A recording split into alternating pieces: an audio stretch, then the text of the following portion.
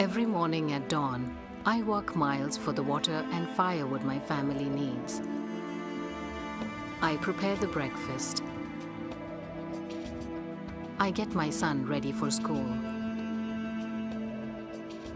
I go to the fields to grow the food our family eats. I keep my daughters out of school to help me with my work. Sometimes I think I should send my daughters to school.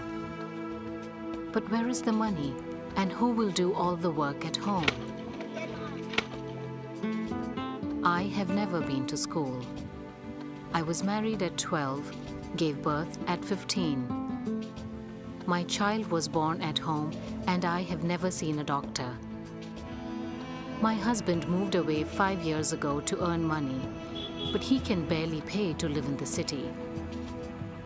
So we are left on our own. I keep my daughter inside the home to protect her honor. When the male elders meet to make the decisions for the village, they certainly never ask women's opinion, even though we are the ones who know what needs to be done. This has been the tradition. Women are assigned virtually all the work to take care of the family, yet we have no voice. People refer to me as someone's daughter, or someone's wife, or someone's mother. Nobody ever calls me by my name. Then there was a day I will never forget. The Hunger Project came to my village. All the men and women of the village came together. But this time, the women did not sit in back. We were asked to sit in front. The workshop was led by volunteers called animators. We discovered that we matter. We created a vision for how we want our village to be. Clean water, better crops, schools. This time, the voice of both women and men counted. But could we do something about this ourselves? Many people were skeptical. Usually we wait for the government to do things, and they never do. We had lost hope. Yet, when we really confront the truth, when we really thought things through, we discovered that we can take action ourselves. Some truly took a stand to make it happen, and I was one who did. We set priorities. We made our action plan. We felt free. One priority we women pushed for was water. We spent hours every day carrying water.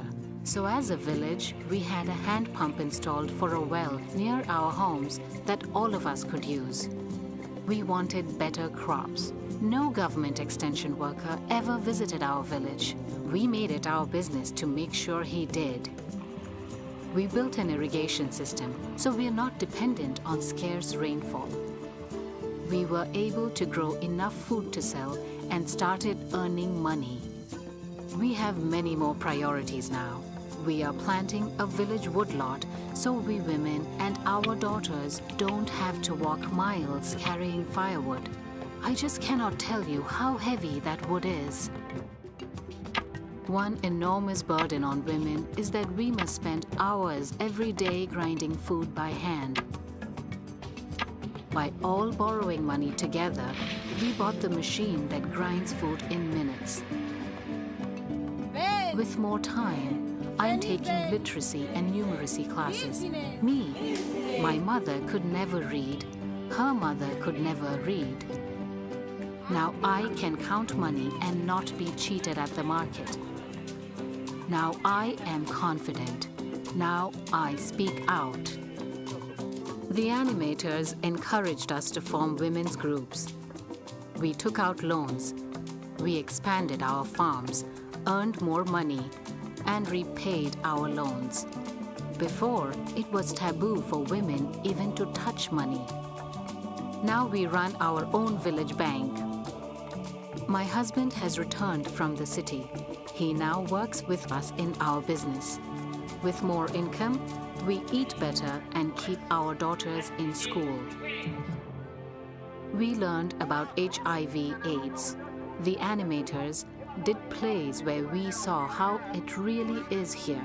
The men are raised to have sex with many women, and we women are raised to never say no to sex, even when it's not safe.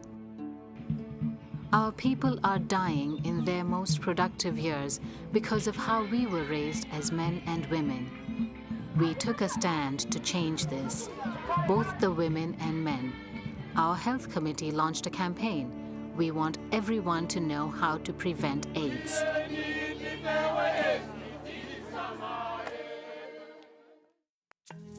My world is getting bigger. All the villages in our area are beginning to work together through the Hunger Project. This past year, we built an epicenter. We now have nurses within walking distance for every villager.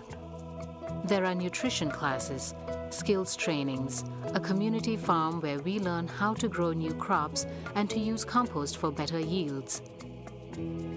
We women are empowered.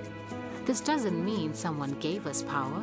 It means that we stand up for ourselves and claim what is rightfully ours. Education, healthcare, freedom to travel, voice in decision-making. These past 3 years have been amazing. I became an animator.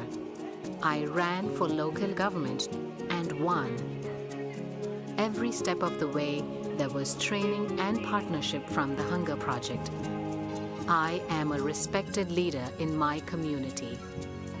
We formed a federation of local leaders that now go to our government to get what is rightfully ours. Before, I was afraid of the government. Now they are our partners. The people hold them to account. We've won court cases. We've had laws changed. We are so proud of our village now. We have achieved so much. Mothers are living. Our children are well-fed and healthy. People are mobilized. Women have voice. Basic needs are being met.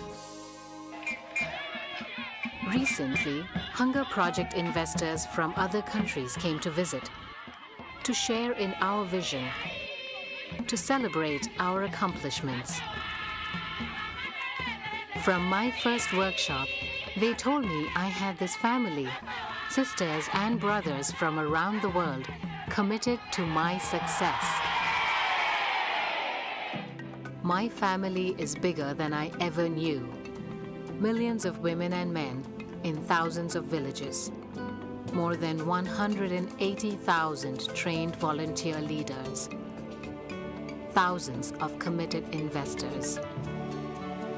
Together, we are creating a future free from hunger and poverty, a future of self-reliance, equality, and dignity for all.